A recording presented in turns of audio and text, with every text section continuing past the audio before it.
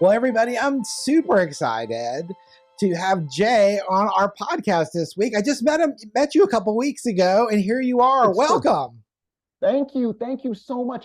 And again, it is an honor to be here. You do such a great job. You've had so many superstars on your podcast. I'm just honored and delighted to be here. So it's my Well, thank pleasure. you. Thank you so much. I had so much fun at your presentation and workshop. I learned some things about you that I can't wait for our listeners to hear. Awesome. Yeah. And I even a little bit earlier today, I was really touched. I was watching an interview on one of your programs that was done with your grandfather, Carnation Joe, Yeah. Yeah. and Okay. Yeah. that was so cool. So you have so much history, but my favorite question, and I am looking forward to this question more than most people that I ask this question of, only because I know some of the story. How did you get into the world of flowers? I was born at a flower convention. So it's crazy. I mean, it's funny, I think, because I was born for this job. And I'm very fortunate that I love the world of flowers. And I was born dead center into a third generation family flower business. My mom and dad ran the Nebraska Florist Society for 50 years. My dad was the executive director. There was 416 florists back then in Nebraska. And they would hold 6 shows a year, 6 shows every other month. They'd have a show, and it would be an educational event. And March was always the growers' school, and that was always kind of a dangerous one per se. So always first week in March, and it was in Nebraska, and we would hold it at some city. And then they would have growers come in and they would talk to everybody about growing your Easter lilies or your poinsettias Right. or your bedding plants. And it was all grower oriented, right? So my mother was typing out the badges at this table in Hastings, Nebraska, at the Hastings Hotel, and very pregnant. And she looked at my dad and she said, "My water just broke and I'm going to have this baby." That was her third kid. So my dad was like, "Have you looked outside?" And there was a raging blizzard, 19 inches of snow. They paged the front desk. All the roads were closed. There was a general practitioner there who delivered me in room 386 of the Hastings Hotel. I was the new product exhibit and landed dead center into that family of florists, right? And so my mom and dad, my mother was a professional floral commentator. She was on the AFS team.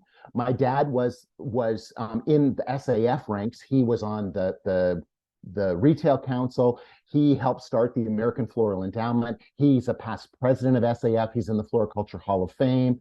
My grandfather was wild, and his wife Lily, they would go to everything. So they were infamous in the flower industry to start with. So it just worked perfectly for me. I mean, our vacations were the SAF conventions from the time I was 3 years old. So I grew up with all these people and all this history, and this is all I've ever known is flowers. So I've never done anything else.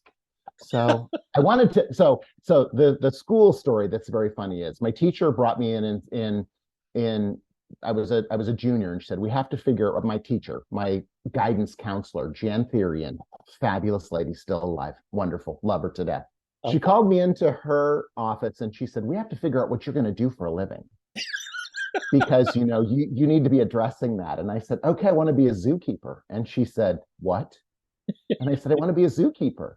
And she said, you are not good at math. You are not good at science. You have to become a doctor. You're basically going to have to become a doctor to become a zookeeper. And you are lazy. You are not very smart. She said, you love to talk. You should go into the flower industry. You know more about flowers than anyone else. And you know what? It'll be easy for you. It won't be hard because you already know everything. And I was like, okay, sounds like a reasonable thing. And so then my dad said, you have to go to school. You have to go to college.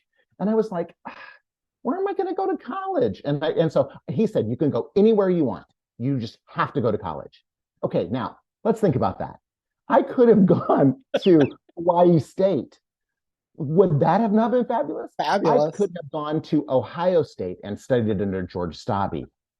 I could have gone to Michigan State and studied at Michigan. I could have gone to the best horticulture schools in the United States, but I was already working in the flower shop and I love the flower shop so much that I went to Midland Lutheran College in Fremont, Nebraska. That was 4 blocks from my house. And I managed my store and I went to college at the same time.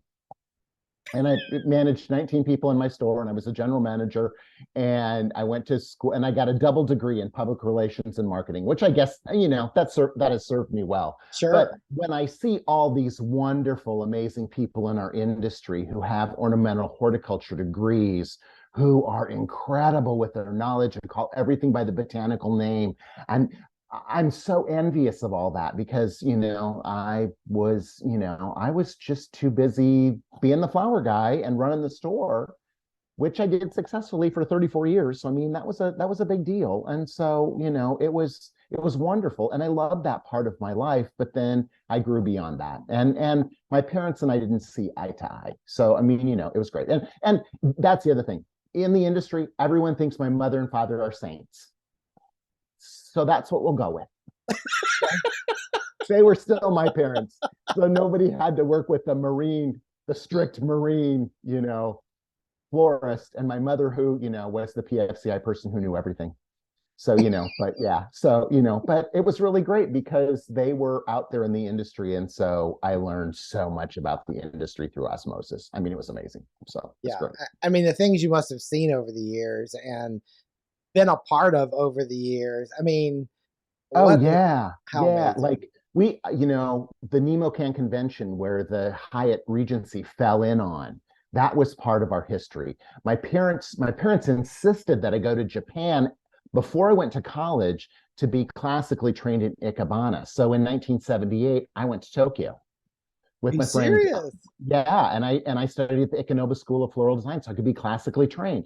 They sent me to Bill Harper's design school. They sent me to Phil Relota's basic design school, Phil Relota's advanced design school. I mean, I went to all those places. They sent me to Michael Polychrone's, PFCI school. They sent me to Frankie Shelton school. They just made sure that I had every single opportunity and that I was being educated in this industry. And then, the people who are my friends. I mean, Rocky Politz, a wonderful friend. And Rocky's daughter, Susie, a wonderful friend. I mean, just all the people that I've been surrounded by my entire life were icons in the flower industry. So, and that's what I always say about my design style is a little bit of each of them. There's a little bit of Haskell Ergel and a little bit of Joe Smith and a little bit of Phil Relota and a little bit of Matt Wood and a little bit, it's just a little bit of all those and anybody I meet. So, it doesn't matter. I mean, if I meet somebody new today, I will probably assimilate a little bit of their style into what I do because everybody does such amazing things. That's the beauty of being in the flower industry. So, it's all this amazing stuff going on around us all the time. So, love it. I don't even know where to go from there because that's, I mean, well, okay, seriously. Let me cover something for you. So they take me and my mom finally when they get the roads cleared and take us to the hospital and check us into the hospital, right? Right. And she's sitting there. She's had 2 babies before me. I have 2 sisters, Cindy and Joe, and Joe Lynn. And I have a grandpa Joe, and I have there's a Joseph and a Jeremy and a Jonathan all in our family. And she knows she wants my name to start with a J. And she had picked out the name Jennifer. Okay. So I had screwed that up. So then you're batting 1,000 and you haven't even been born yet. So she fills in my middle name, which is my dad's first name, Melvin. And so then, and I'm from a German family. So there's a family tradition of having 2 middle names, your father's middle name, your father's first name, your grandfather's first name. So my middle name is Melvin Herman, hyphenated. And then she put a J down, and then she filled out the rest of the birth certificate and laid back to think about what she was going to call me, and they took the birth certificate. And I am Jay as a first name, no period, no AY, just Jay Schwanke. And it has served me. It is the favorite thing my mother did for me. It is my most favorite thing she ever did for me, that it's just Jay Schwanke, and I love it.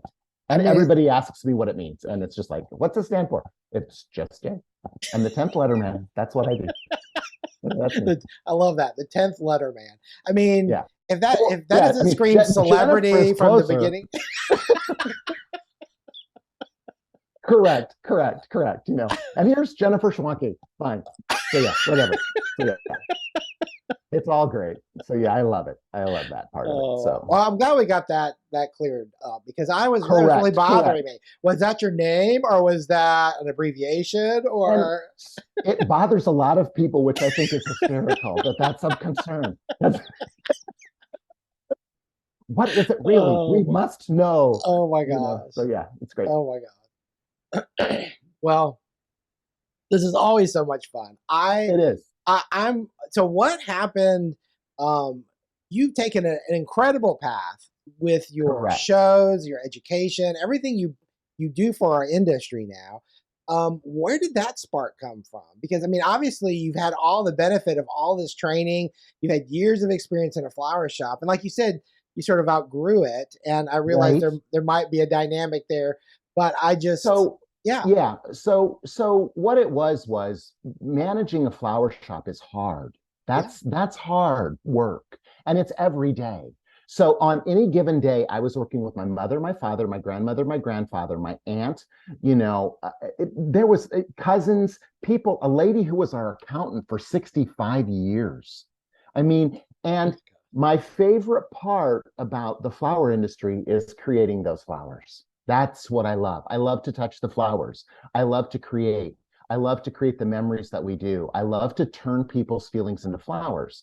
I don't like writing checks. I don't like doing accounting. I don't like doing personnel. I don't like doing all that other stuff. And so finally one day, I just decided that I didn't want to do that anymore, that I love the education process. And so I moved from Fremont, Nebraska to Atlanta, Georgia. And I moved there with Matt Wood. Go figure. Oh my gosh. I didn't know you lived in Atlanta. Yeah. So Matt Wood and I moved to Atlanta, Georgia. And then I was asked to be on the John Henry design team. I was asked to be on the Oasis design team. I was on the Knud Nielsen design team. I was on the design master team. All of that stuff kind of fell into process. I had become a member of AIFD. I had become a member of PFCI. I served 13 years in leadership at AIFD, which was a wonderful part of my life. And I will still say that one of my most favorite things was induction night for AIFD, because it's so meaningful to the people that are there. And the thing that I will tell you now, and I will always stand by this, is AIFD is better because you are in it, whoever you are. AIFD is not going to give you anything. You are going to give something to AIFD. And when you go and you attend and you're part of it, you become part of that giant legacy of flowers that is AIFD. And so I was in membership, and then I was also on the National Board of Directors. And then that came to a close. I ran for president and I lost. And so I called Kelly and I said, I'm coming home. And he said, okay. And he said, I want you to do something for me. And I said, what's that? And he said, you've given so much to this industry. Why don't you create something that will give back to you now? And I was like, wow. Kelly's very profound. Kelly is the oracle. He is the most amazing part of my life. He's wonderful. He's my husband of, I say 30 years, but I mean, we got married when we could legally, but we've been together for 30 years and he's amazing. But, and he's the reason that the show's so wonderful. And he's the reason that I'm, that I do what I do. And he knows when to tone me down and scoop me up, and he's so smart. But anyway, so when I did that, then I came home and we started uBLOOM.com. And that was our online education series, because I had seen these programs. I did thousands of shows through every state in the union in 5 different foreign countries. And I noticed that the attendance was dropping. So now when you say shows, for people who may not even know what that means anymore, because it's been a minute. Correct. So Oasis or Design Master or John Henry would sponsor me to go to a wholesale house. The wholesaler would set up chairs and set up stages on boxes of Oasis, and they'd serve dinner, and we'd give an hour or 2-hour show to teach them the newest trends or the newest products or the newest flowers or the newest methods or mechanics or old mechanics and things that we knew or things that were passed down to us, tips and tricks and all those things. And we would have these wonderful events. And when we would have them, biggest one I ever did was for Rob Shabata, 1,200 people. My goodness. 1,200 people, 6 of us on stage, me, Kirk Pamper, Bob Hampton, Ralph Null, Carol Caggiano, all on stage doing stuff. And for a day, and people sitting there. Well, I started to notice that Matt Wood and I did a show one time for 2 people. What? 2 people. When 2 people show up for a show in Memphis, Tennessee, 2 people. We turned it into a hands-on seminar. It was supposed to be a day-long wedding event. 2 people came. And I was just like, okay, we got to figure this out because we're losing that education. And we still are. We still are today losing education. We have so many people in our industry that haven't been educated about some of the most simplest processes and mechanics that help us make us be successful florists, that allow us to do a better job, to have people appreciate what we make, to people look forward to flowers, be willing to pay more money. It's all that stuff. So those shows were dropping off, and I thought, we need to create like an online thing. And I went to the 2 guys that I still work with on my TV show. And I said, okay, I want to do VHS tapes of shows. And they were like, okay, you really probably want to do DVDs. But it sounds like what you're talking about is sliver casting. And I was like, it's 2010. I said, sliver casting? What's sliver casting? And they said, transmitting educational material to a sliver of the population. And it's based on what you're an expert in. And they showed me a video about sailing, about how to learn how to sail a boat. And they said, you'll do this and you'll teach people how to arrange flowers. And I said, yes, that's perfect. And so we started uBLOOM.com. And it was very funny. I have to say this because this is a great story and I love it. And you will appreciate it. And everyone listening will appreciate how true this is. Tom Shaner, who was the executive director of AIFD, called me when we launched uBLOOM, and he said, Jay, this is amazing. The only question I have for you is, why did you not do this with us? Why did you not do it for AIFD when you were here? And I said, Tom, we'd still be deciding on the paint color. Let alone what we were going to teach, who was going to teach it. It was one of those times where you just have to jump in with both feet and start to do it and learn as you go. And so we did 26 seasons, 13 shows a season of JTV. And JTV was funny. JTV was like Pee-wee's Playhouse for flowers. I wore all black. I had big black glasses. There was a talking tiger on the wall. There was puppets. It was crazy. And we did that for 26 seasons. And then one day, Oprah saw it because she had seen the documentary that we did with Joost Boongaards at Florabundance. And she had her creative director call me and said, would you like some notes from Oprah? And I said, yes, I would. Thank you. And they said, we saw this documentary that you did with Florabundance, and we think it's amazing. And so we went to your website and we saw this JTV and wondered, what in the world is that? And she said, you need to be the person you were on the Florabundance documentary. You need to be California casual in a mud room, you know, all this. And we changed it immediately. The next season, we started Fun with Flowers and Jay. And so it was in a mudroom type setting, creating flowers and being more serious about it, I guess. And now that was 29 seasons, and then now we are doing At Home with Flowers, and so it's more geared to the consumer because that's where the show kind of heads now with public television. And so it's about how to enjoy flowers at home and experience those health and wellness benefits. And so that's in its 9th season. We have done a show every year. Excuse me, we have done a show every week since 2010. And then when we did the documentaries, we laid the documentaries on top of it. And sometimes we would do 2 shows a week. So, I mean, there's over 1,800 videos on uBLOOM.com. And the uBLOOM membership, you can register for a month and it's $3.99, or you can register for a whole year and it's $38.40 a year. And it's just, it's we have people from all walks of life that watch it and learn from that show. And it's just, I think about it because I was looking at your archive of the amazing educational material you've given us through your podcast. Thank you. That will be with us forever. I hate to say this, Scott, but you and I won't be here forever. But maybe what we've created will live on and educate new people and create joy and knowledge and I don't know, and inspire them when they're down, and encourage them. Yes. Yeah. The thing I think that's so interesting to me is when I was with you in Nashville, we stand at the front door for those donor events and all the people come through and we get to talk to them. And they say two things to me. They say, "You're so tall." Which you are. Because my tables on my show are all 48 inches tall. So I won't hunch over the table, right? Yeah, so they're tall. So I think then people think that's a normal counter height. And so then when we have guests, we put them on boxes. So they appear, as tall as me. But they're all like, "You're so tall." And I was like, "That's nice." But the second thing they say is, "You're so kind." And it's true. That's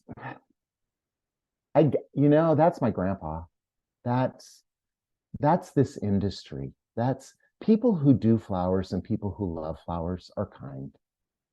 And we need to be kinder to one another. And I know that we hear that a lot and we see those memes a lot, but you just treat people the way you want to be treated and be kind.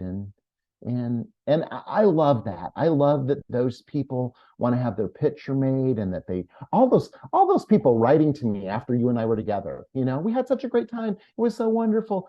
And then I write back to them and they say, "You wrote back to me."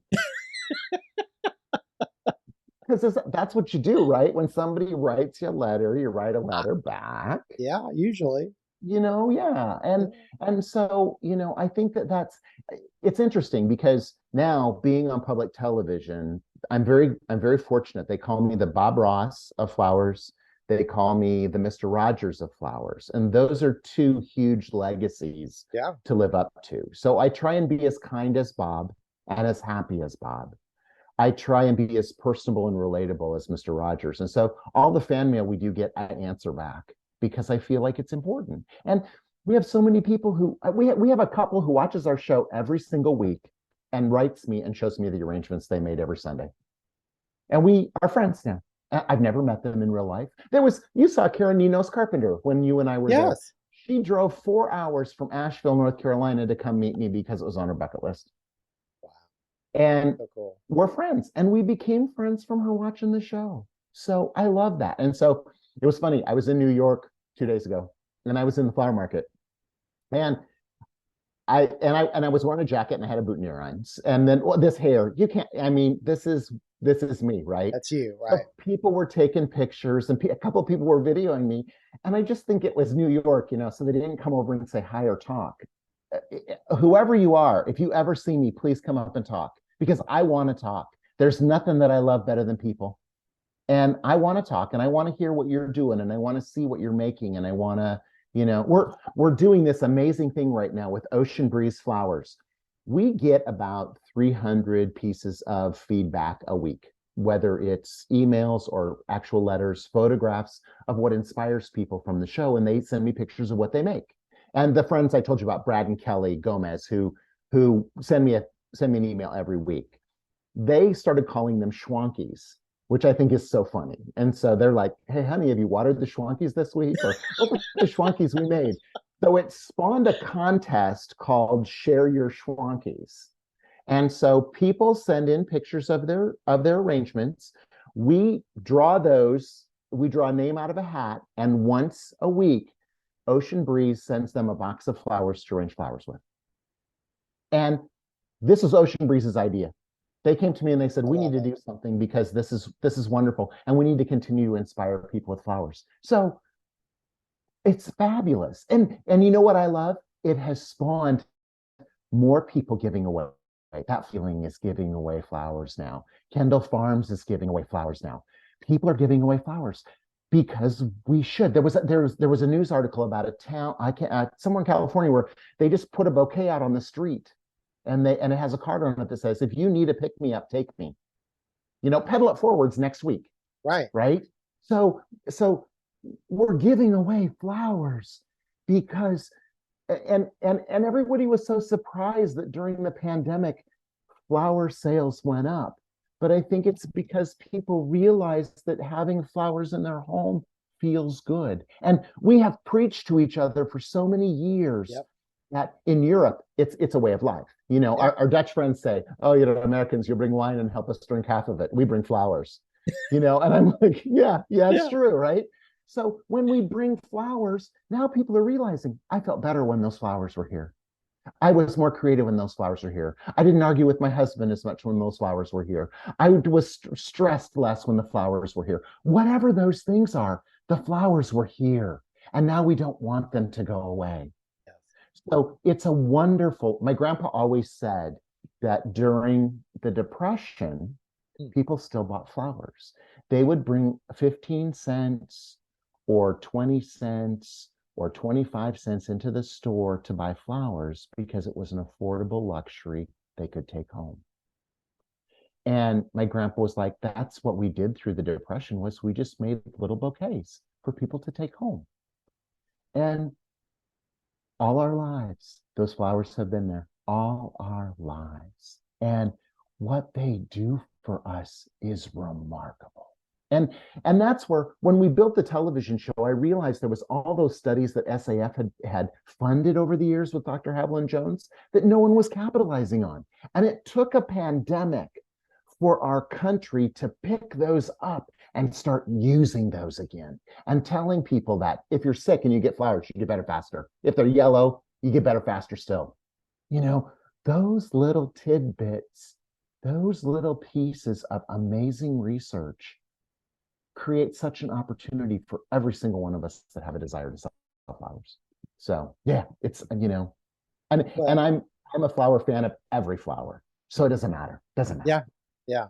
Well, I will say this, and I was so impressed because you have such an ability when we were doing that workshop, and we were making headpieces or flower fascinators, right? And there was all levels of skill there and everything, and I'm like, it didn't matter if that looked like bug antennas, it didn't matter what it was. You were like, you were just so encouraging. You were like, you wanted them to feel thrilled with what they made, and it's true. You can see the beauty in everything and all of it.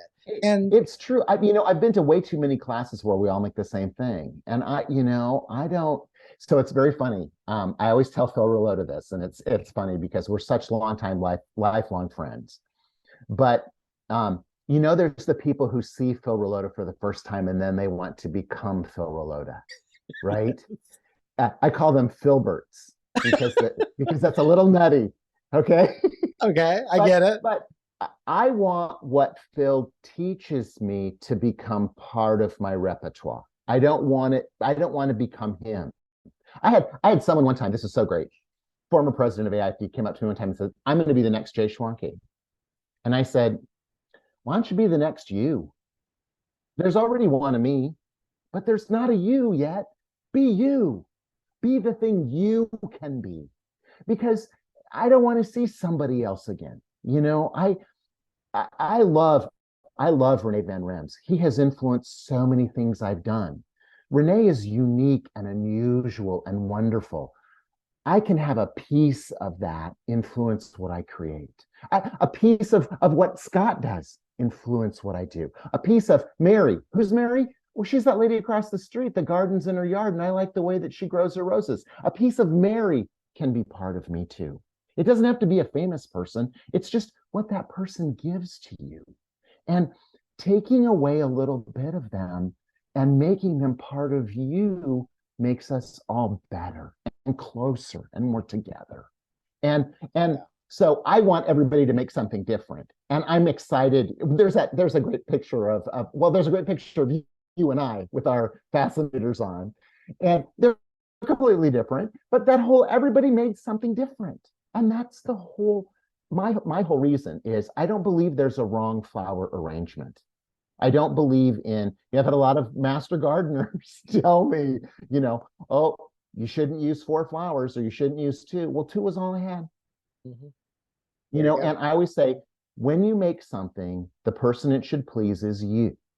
If it pleases you, then we can talk about making something that pleases somebody else. But when you're creating flowers for yourself, you're not running a business. You're not trying to sell that to so you're not making something that somebody else is going to love. You're making something that you're going to enjoy. And if it pleases you, more power to you. More power to you. So and the act of creating something. I think the biggest thing I have found out from the TV show is people are afraid to arrange flowers.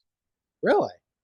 They buy the bouquet, they bring it home, and they just put it in a vase because they're afraid. And they're like, we don't want to wreck it. And it's like, oh, come on. That when we start to cut the flowers, when we put them in the vase, that's what makes our body release those endorphins that make us feel better. And so I have a whole shtick I do when I'm doing public shows now with guys and teaching them to arrange flowers in the garage so they get pie. Because if you make your wife really happy, or your spouse, if you make your spouse really happy, you get pie. My husband makes the finest pie in the world, and I make sure he's always happy, and I make sure I bring him beautiful flowers because then I get pie. And pie is wonderful. So yeah. So I'm just like, so as many times I will say to people, I wish you pie. Here, take these flowers home. I wish you pie. Oh my God. So yeah. I love that. Well, one of the things that I see happening more and more is trying to reach, like SAF has started this new program, Next Gen, trying to reach the younger generation. Nicole. Oh, I love Nicole. She's fat. Have you had her on the podcast? No, I need to. Oh, you need to. She's amazing. You know what? So this past week I was in New York. Suntory Flowers and Florigine is going to be an underwriter for season 7 of J Schwanke's Life in Bloom, which is coming in 2025. So it's a ways off. But I went to meet them and I was doing a presentation with Florigine at their Suntory office. And the Suntory office, all of the people who were working there were there for the presentation. They were all young people. They were all young and they were so diverse and they were so charming and so full of life and so full of passion and inexperience and trying new things. And that's what this new next gen is about, because we have to have that. I mean, it's so funny. I think about, when I was starting in this business, there was Rocky and Michael Polychrones and Frankie Shelton. And now I'm one of those. I'm at the top of that list. My friends and my mentors have passed away. So who are those new young people doing these new young flower farmers? Oh my God. I love that. There is nothing I love better than going to visit. We have one we're going to visit here in Grand Rapids, and they do at the beginning of their season for their flower farm, and at the end, they have a goat farm next door, and they bring the goats, and you go and walk with the goats and harvest the flowers. Wow. That's so cool. Yeah, for us, flowers came out of a box, the wholesale house. We didn't know about the flower farms. We hadn't, and that's why we did those documentaries. And that's why I love the farm visits so much in our show, is because people need to know where the flowers come from. They have to know where those flowers come from. And these people at Idlewild are so amazing and a wonderful Jewish family and little kids that are helping. And the little daughter is like, I don't know, she's probably 7 to 11, somewhere in that range. I'm really hard I don't do age as well. And she's selling flowers to customers every week at the farmer's market. And she's telling me why they're beautiful and why that's her favorite.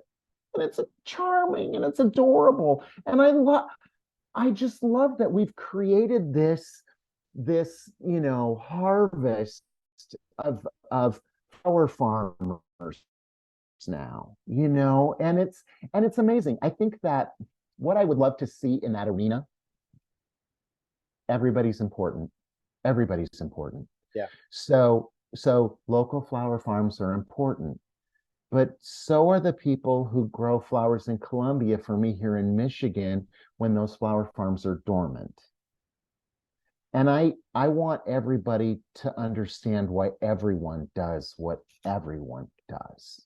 And And they I can think all do different things. correct, correct. Because when Idlewild is growing this butterscotch colored amaranthus that's draping down to 4 foot down to the bottom, I'm not shipping that from anywhere. That comes from them and that's their thing. These flowers right back here, this is my little flower farmer, Craig. And Craig and I sit down over a seed catalog in the spring, and he tells me all the seeds that he wants to grow. And then I buy them and he grows them. And then when he brings the flowers to market, I buy the flowers back from him because that helps Craig and it helps me have flowers every week. And we've been lucky, no frost here yet. So these flowers are still coming. These are That's still coming amazing. from him, And so I have zinnias and straw flowers and snapdragons that are still coming October 15th for, fresh out of the garden. But when it's January, I'm going to be going to Kennecott and buying flowers so I can have flowers, Yeah. because Yeah. I always must have flowers. I must have flowers always So and always. that was a Yeah. fun story that you shared about how your house hasn't always had flowers. Well, wow. And this is 2000, let's see, probably 17 or 18. I was doing a home and garden show, and I was in 3 cities. I was in Grand Rapids, Detroit, and Lansing. And I was with Design on It. I was with the guy that was Design on a Dime. And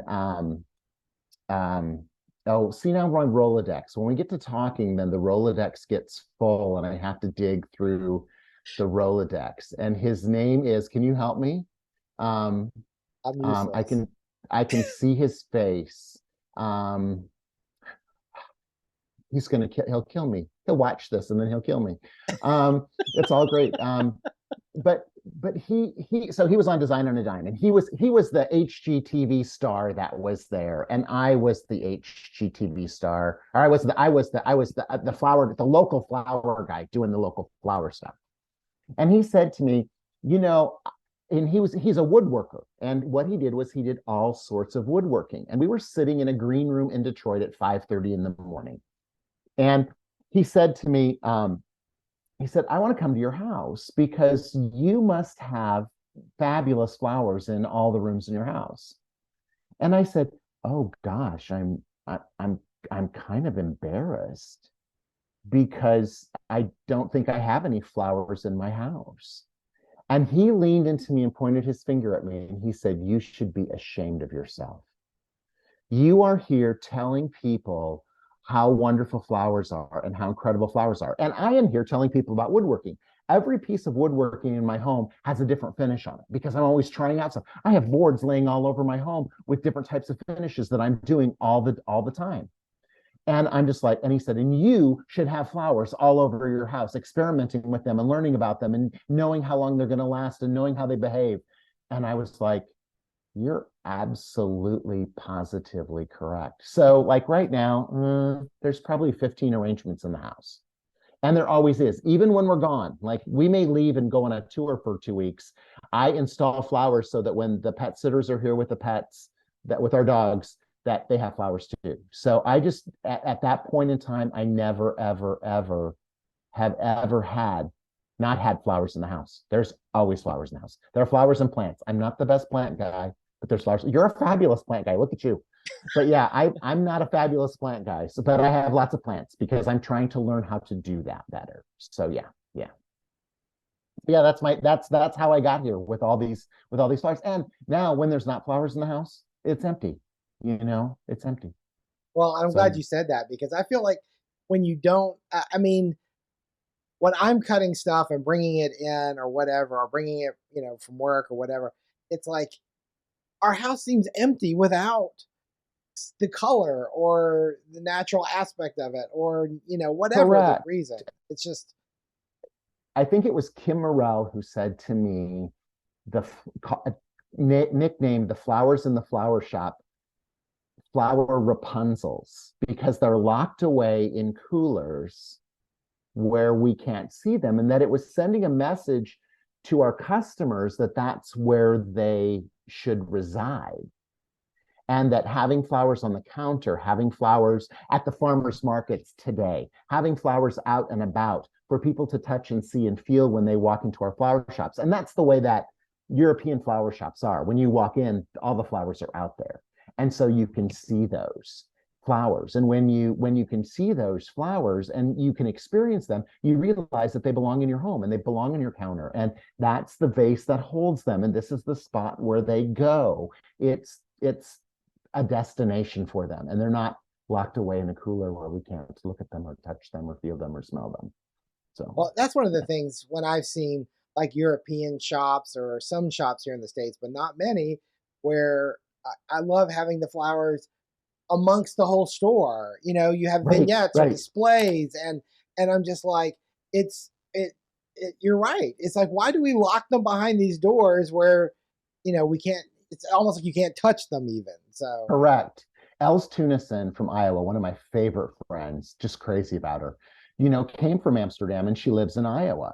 And she gave this program one time about decorating with flowers in your store, how to create vignettes in your store. And she said that she walked into a store one day and she looked around and she said, "It smells like a vanilla candle in here. It doesn't smell like flowers." And she said, when you go into a shop in Amsterdam, it smells like flowers and moss and wet, organic, vegetative product. And when you walk into an American flower shop, sometimes it smells like a vanilla candle.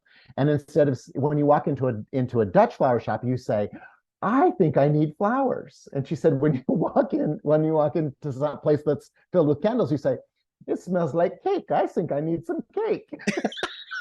And so it should smell like flowers when we walk in somewhere. I mean, that's the thing is I want people do walk in my house and say, "It smells like flowers in your house." And I'm like, good. It should. That's what it should smell like. Yeah.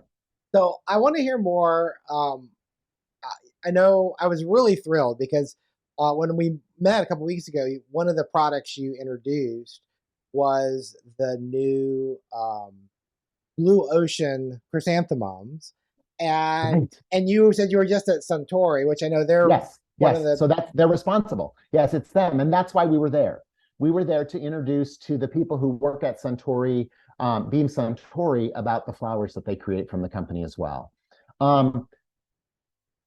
Everybody's wild about them. They were all over the New York market. I mean, they're truly a blue toned flower. And we're familiar with the moon carnations that have been around for 22 years. Can you imagine that? Those Is it? carnations have been around for 22 years. Ouch. We have had those florigine carnations. So then they came out with the Applause Rose, which also has that delphinidin gene in it. And the thing about the carnations and the rose, I think that's the most important, is that those colors are natural colors that don't necessarily would not naturally turn up in the flowers that we see. So it's a natural color, but it's unusual for a carnation, a natural color, but unusual for a rose, a natural color, but unusual for a chrysanthemum. And so that's part of it. And part of the message that Suntory talks about is that inspired by nature, yes, mastered with craftsmanship, taking that delphinidin gene, and it's that gene from that purple petunia, which is considered a blue petunia in the garden center world, and placing it into the carnations, the roses, and now into these chrysanthemums. And when they do that, it also eliminates the botrytis sensitive gene in those flowers, making them last much longer. How does Now, it I've had eliminate it? it's where it goes. I know that's really funny, but so there's only so much DNA, right? There's only so Right. much DNA. And so when you want to add another piece of DNA in something to genetically modify it, it has to replace something, So that's what they took or out. you get a freak. So it replaces the botrytis sensitive one. That was intentional so that those Florigene carnations will last 36 days. That applause rose will last 24 days. These new, I've tested the chrysanthemums in my home over a month. And they get more blue as they age, which is even more interesting to me. But my favorite is the jade. My favorite is jade. I love coral as well, but the opal seems to be extremely popular. And so, yeah, it's just brand new. And so that delphinidin gene is in these flowers. Now, what's really interesting, and I would say for everyone to do this, when you get them in, also, just when you're looking at them, look at them under different light conditions. Look at them under fluorescent lights. Look at them under LED lights. Look at them under incandescent lights. They will have different casts and hues. But also, place them in front of something navy blue and see what happens. Take a navy blue piece of foam core and put them in front of that, and you're going to say, these flowers are blue. All these flowers are blue. Because that blue is recessive to our eyes and to the rods and cones in our eyes. And so when we magnify it with the blue, it looks even more blue. And the whole thing behind this was that the gentleman, still the family that owns Suntory, his thing was to do the impossible. We should do the impossible.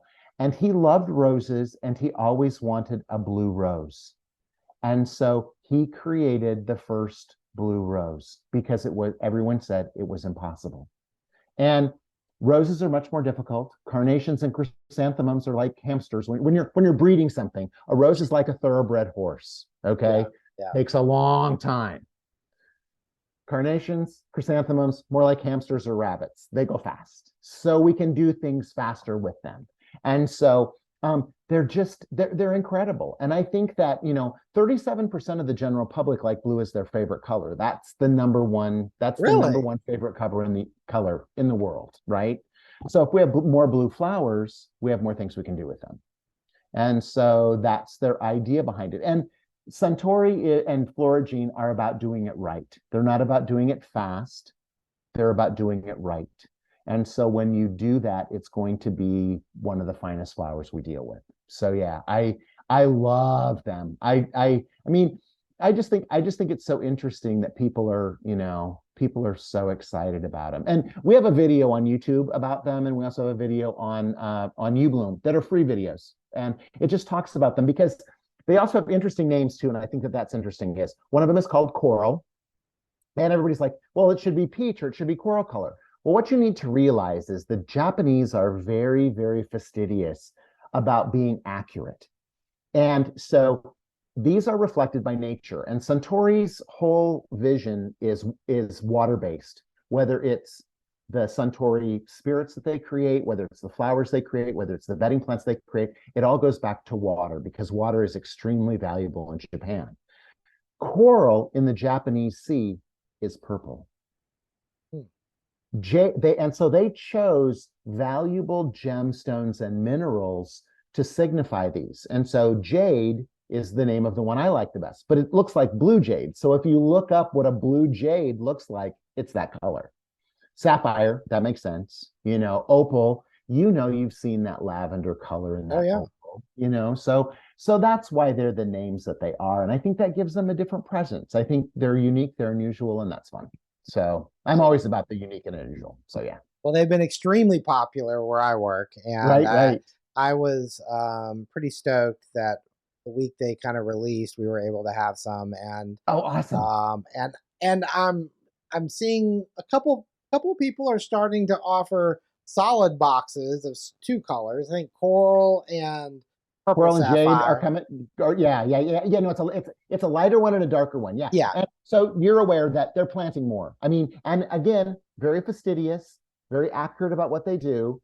They planted enough, and now they will plant more based on our reaction to them. So there will be more coming because they want to make sure that it's successful. They don't want to, they don't want the quality of that ever to be questioned. They're all grown. It's all grown in Ecuador too. So the Ecuador and Bogota, I believe. So yeah. Well, it's just great to have something that are true shades of blue or purple or depending on the Correct. variety. Correct. Because for so long, I mean, how many times have we've asked for lavender or a lavender mum, and it's really more of a shade of pink or some version of pink more than it is true Sure, sure, lavender. sure. Yeah. So And I think it's interesting too, because I think it is something that's truly new. yeah, And yeah, it sounds like it was really popular at ProFlora. They're going to Amsterdam in a couple of weeks, so they'll be at the Alsmeer show with them, and everybody's very excited about it. So I think that it's good. It's good to have something new. It was time for us to have something new to look at. So yeah. that's good. Absolutely, it's fun. Yeah, Well, one of the things I want to touch on, I know we've talked about education and we've talked about being inclusive, trying to inspire youth to be fired up about our industry. sure. Everything you do with your platform, I'd love to know more. I mean, I know recently you've started a foundation. I know that you're so active in just all levels of education with this. Um, how can we where's if we're a florist or if I mean, maybe kind of explain what level, Okay, how do we okay, plug sure. in and where's the How do best you place? plug in and how do you Yeah, help? Okay, so the story that goes with that is we're very fortunate. People love the television show. We're reaching 98 million homes every week. We're on every day somewhere in the United States on 415 channels. Right now, starting October 17th, Create TV is airing season 5 now. It's on Tuesdays at 6:30 a.m., 8:30 a.m., 2:30 p.m., and overnight on Wednesday morning early at 4:30 in the morning. And I know that sounds like a funny time, but it's a really good time to be on television, just so you know. That's our second largest audience. People are evidently up in the middle of the night watching television, and they like to watch flowers. So so with that, what we realized that we are reaching, our carriage is 96% in the entire United States. The reason for that is now there's a lot of people who think, oh, Jay's becoming a millionaire. He's selling this show to PBS. On the contrary, I'm here to tell you something different. What we did was we realized that when we created a show about cut flowers, we were the first ones to ever do that. But we knew people were going to love it. But PBS stations all have a budget for airing what they want to show. And they want to make sure that they're airing nature and that they're airing, Antiques Roadshow and that they're doing Masterpiece Theater and they're doing Downton Abbey and they're doing all these things that they want to do. So we chose for Jay Schwanke's Life in Bloom to be part of the American Public Television Exchange Program. And what that means is our show is offered free of charge to every station in the country, and we personally pay the licensing and distribution for it. So anytime it's shown, it's free of charge. We believed that stations would air our show and try dipping their toe in the water with a cut flower show if it didn't cost them anything. And we were exactly right. First year we were at 70%, second year we were at 80%, third year we were at 84%, last year we were at 94, this year we're at 97. So it's been amazing and everyone carries it. And so it was a really good way for us to get that message out there. So now here's the deal. Number one, if you're a florist, and I'm not saying this for any other reason than I want to help you, DVR the show. It may not be on when you are off. And when you're off, I understand you have other things to do. If you're a grower, if you're a farmer, if you're a wholesaler, if you're a retailer, you're busy. But try and catch it so you know what we're showing to 98 million people every week. The one that you just saw was, let's see, so that's the one about, let's see, the one with Carnation Joe in it.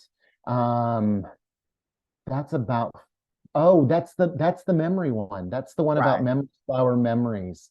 And so it's just talking about how people can use different types of flowers to make themselves aware of the memories that they have, or use flowers to create memories for themselves or create memories for their audience. We have the one that'll be airing this week on the first one in season 5 on Create TV is about flower innovations, and it shows about packaging. It talks about the applause rose and the moon series carnations and how they did the genetic modifications to make those. It talks about proven winners and how they create new varieties that come to market. So that's what the people are seeing. tie your store back into that. If we're doing a show about lilies that's all across this country, make sure you're offering lilies in your store, or make sure you have rose lilies available, or make sure that you're maybe tying into it. And you can certainly put up a card that says, as seen on Life in Bloom. Do Yeah. that. Yeah. That's great. I know there's many people who run videos in their stores. You can play us from PBS Passport, and you can play us in your stores. Nothing better than that. It's a free program. You can do whatever you want to do with it. You know, we share clips online all the time. Share those clips in your social media platforms. Our social media platforms have exploded, and it was completely organic. We've never bought anything. It's Kelly's job, and that's what he does, and he enjoys it and loves it. And people, we had a video about moonshadow carnations that had 227,000 views in 3 days. It was insane. You know, so moonshadow carnations in your store. Perfect, you know, or share our video. That's the best way to do it, because we're all in this together. And you will notice when I talk about flower people on the show, I always talk about flower farms, farmers markets, independent florists, grocery stores, online sales. It's getting the flowers in there, because high tide raises all boats. And I'm not going to be the guy who's going to defend or not defend or tear down a way to get flowers, because as long as we're selling flowers, everyone benefits. And so that's what we really want to make sure of. Now, you had kindly mentioned our foundation. So what happened was, I realized that it takes a lot of money to produce our show. And we are very fortunate to have our underwriters, Cal Flowers and Albertsons grocery stores, who underwrite our show nationally. And then for season 6, we're going to be adding Passion Roses. So Passion Roses, who also underwrite the Rose Parade, Miss America, and the Kentucky Derby, will be joining us. And so we've had different people over periods of time who help us underwrite the show. And I will be very honest with you, it costs us about $500,000 to produce 14 episodes and to pay all the licensing and distribution for those. And what I realized was, if we didn't have a foundation and have a way to make it nonprofit, I was going to be taxed almost a quarter of that money. And I needed to raise more. So because we are part of the APT exchange, we offer the show free and we pay all the licensing, we pay all the distribution, we give it to every station. It's on public television, it's offered free to the general public. It's part of public television education in the US, and the show is educational. It is non-promotional. We are now a 501c3. And so we have the Life in Bloom Foundation that supports our efforts in education. And our goal with that is, as it grows and gets bigger and it takes care of our show, we can also do other things that will help it with educational advantages throughout our entire industry. So you can go, there's a button on the uBLOOM website that says donate. And here's what I would say to you. I don't care. If you want to give me $5, I am up for that. And that would be, and it's whatever you give to our foundation is 100% tax deductible for you. So if you want a $5 donation, come on, give us $5. And we'll help you sell more flowers to more people. And if you're a big business or a big farm and you're looking for a $10,000 tax deduction, it works the same way. And what that money does is it goes directly to these public television stations to keep them on the air, like the one you and I were sitting at, goes to those people to make sure that public television continues to succeed. And it's a super important part. I'm really glad I was offered shows on HGTV. I was offered one on TLC as well. I turned those down because they wanted me to do a show about flipping flower shops. They wanted me to do a contest show about brides, and they were going to, and in both cases, they told me they were going to create drama. They were going to cause havoc, create drama, create situations, make people mad, make people upset so that it would be drama. We have enough drama in our flower industry the way it is. We're really good at that ourselves, okay? We don't need any help. We need any help looking silly. We need something that is thoughtful and caring and loving and kind about what we do. And that's why I'm so glad to be with public television and be on the with American Public Television, who does Lydia Bastianich, does Bob Ross, does Mr. Rogers, does, Milk Street, all of those wonderful, kind people, we're all together doing that together. And so you can be a part of that and help support it in whatever way you want, for as little or as much as you want to. So I just realized everybody has their own thing. So, we're just happy that we can do it. And so, well, I thank think you for the opportunity to talk about that. I appreciate it. absolutely. Well, if you've never been to your website, it is literally, I mean, it's overflowing with free stuff, much less the membership Correct. part of it. Correct. Because you can And watch all of the Life in Bloom episodes are there. They're for free. There's a free section where you can click on the free section and just use the free section. So you don't have to subscribe if you don't want to. And if you want to, you can subscribe for a month for $4. You can subscribe and you can binge watch for the month and catch what you need. And then we also have our YouTube channel too. So our YouTube channel is supported by advertising, so you will see advertising there. But it's also a great resource. And so we kind of rotate videos on YouTube. So we keep ones coming and keep, like right now, our fall ones and our Halloween ones will be up for a little bit. And then we'll have our Christmas ones up again for a little while. So yeah. We're excited. Season 6, we're going to do a Halloween special called Life in Gloom. I can't wait to see that. Oh my gosh. I know. So that'll be fun. So yeah, I mean, sometimes it's just entertaining myself. That's what, and that's the thing that I love too, is I love that the people on our show are just my friends. People are really enjoy watching. That Miss Margot is one of our most popular because she is a pet psychic. She's a Native American bone reader, and so she's going to be on in season 6 too, giving Georgie Girl, our new dog, a reading on the show. So yeah. And talking to my grandpa and Kelly's dad in our backyard, because they protect our backyard. Their spirits protect our backyard. So she's going to talk to them. Oh, wow. But yeah. Crazy. Well, I first of all, I just have to say $4 a month is like nothing for what you get in return. It's a coffee. And it's not coffee's more expensive nowadays. It's a coffee. Yeah. It's a coffee. But I feel like so many times flower shop owners or farmer florists or farmers that are trying to break into like a new area of expanding their business or offerings, right. They don't know how to do things. And that's probably the number one question I get from designers is, how can I learn? Where can I go to learn? Where do I start?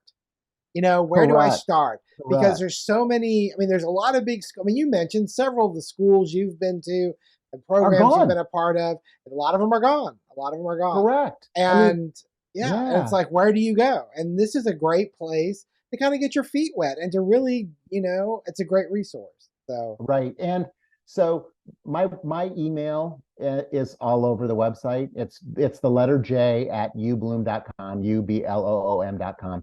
And I have always said this, and I've always done this. And when I used to do the educational shows throughout the country, I would give out my card that had my email address and my phone number on it.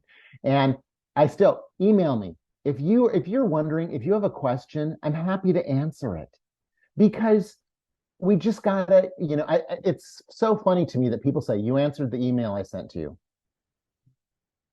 Because that's what we do. That's what we should do. If somebody asks you a question, if somebody says, excuse me, you say, no problem. Or if you run into somebody, you say, I'm sorry. And they say, oh, it's okay. We talk to people, and we've become those people who don't, and we Google stuff, and there needs to be a little bit more connection. There needs to be, I am very proud of the fact that when you Google most flower questions, my name comes up. But it's because I've been doing it so long. It's like, age has a lot to do with it. Age is, I guess we were doing it for a long enough time that we were there when they started the internet. There you go. Yeah. I love it. Well, I always like to end the episode with an advice question. And I can't think of anybody better. What piece of advice would you give our listeners that I think would help?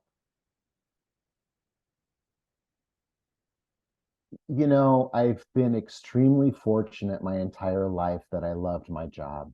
I love what I do. And I talk to too many people who don't like what they do.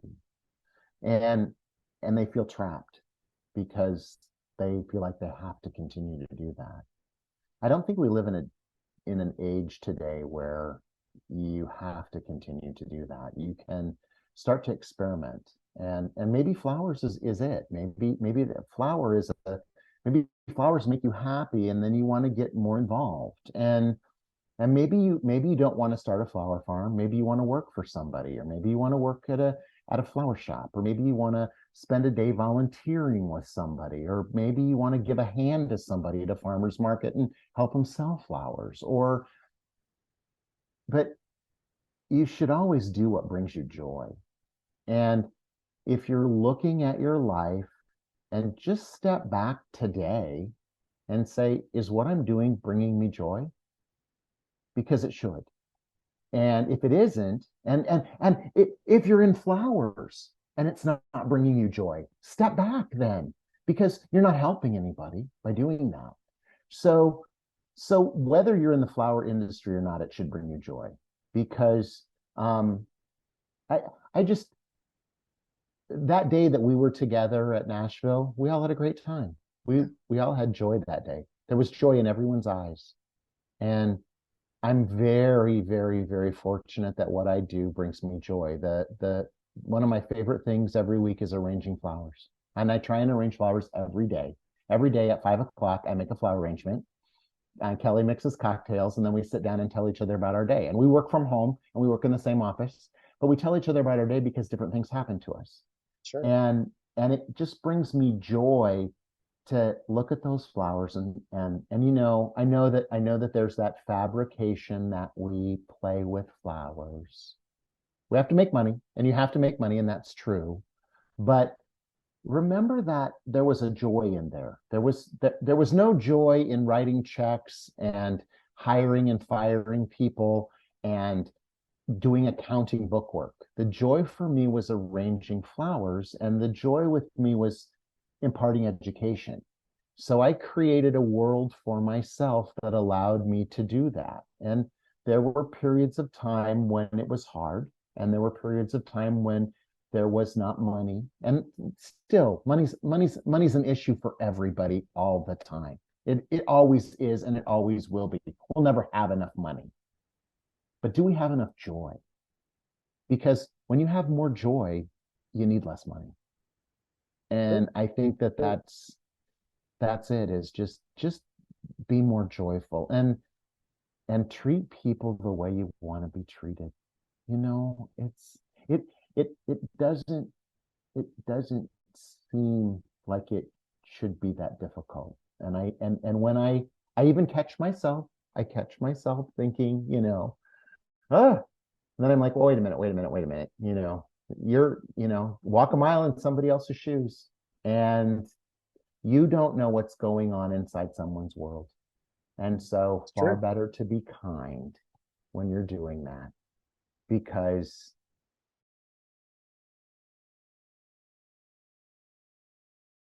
you don't even know about it. Scott, you make a difference. You make a difference with these podcasts, because you have the ability to get inside and allow us to share. No matter, every single one of your podcasts, I've been listening to them, and I just enjoy them, because every single person on here has the joy that they bring to their lives and their method that they do it. And you bring that out in people. And we're so fortunate to have somebody like you doing this. It's going to be a treasure. It's going to be 500 years from now, people will be watching these and saying, look at these people with the flowers, these flower people. I love it. I love it. Preserved forever. Forever. Absolutely. Forever. Well, Jay, it has been such an honor and pleasure. And thank you so much for being on the Flower Podcast. Oh, my pleasure. And thank you for having me. I mean, it truly is. It was a huge honor for me and a delight. And I was so happy to meet you in person, because I've heard so much about you, and you're as delightful in person as you are on these podcasts. So that's even better yet. So wonderful.